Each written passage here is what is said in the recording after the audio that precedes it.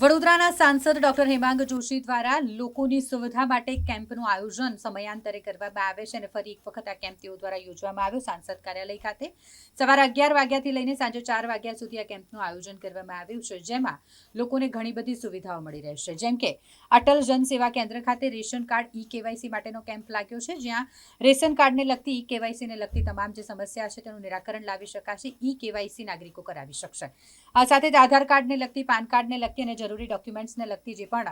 સુધારા વધારાની કામગીરી છે તે પણ અહીં થઈ શકશે। 11 થી 4નો જે સમય છે તે દરમિયાન આ સાથે જ અકસ્માત સુરક્ષા વીમા યોજના કેમ્પ જેને લઈને પણ સુવિધા નાગરિકોને અહીં મળી રહેશે। દિવાળીપુરા ખાતે કલેક્ટર ઓફિસમાં આ ખાસ કેમ્પનું આયોજન કરવામાં આવ્યું છે। આજરોજ સાંસદ કાર્યાલય અટલ જન સેવા કેન્દ્ર કલેક્ટર ઓફિસ ખાતે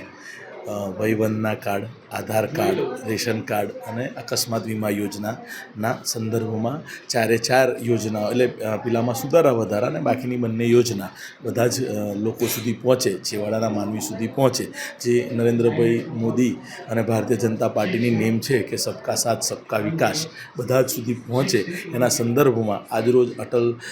જનસેવા કેન્દ્ર ખાતે ડૉક્ટર હેમાંગભાઈ જોશીના આગેવાની હેઠળ કેમ્પ રાખેલો છે। અને આપના માધ્યમથી હું જણાવું કે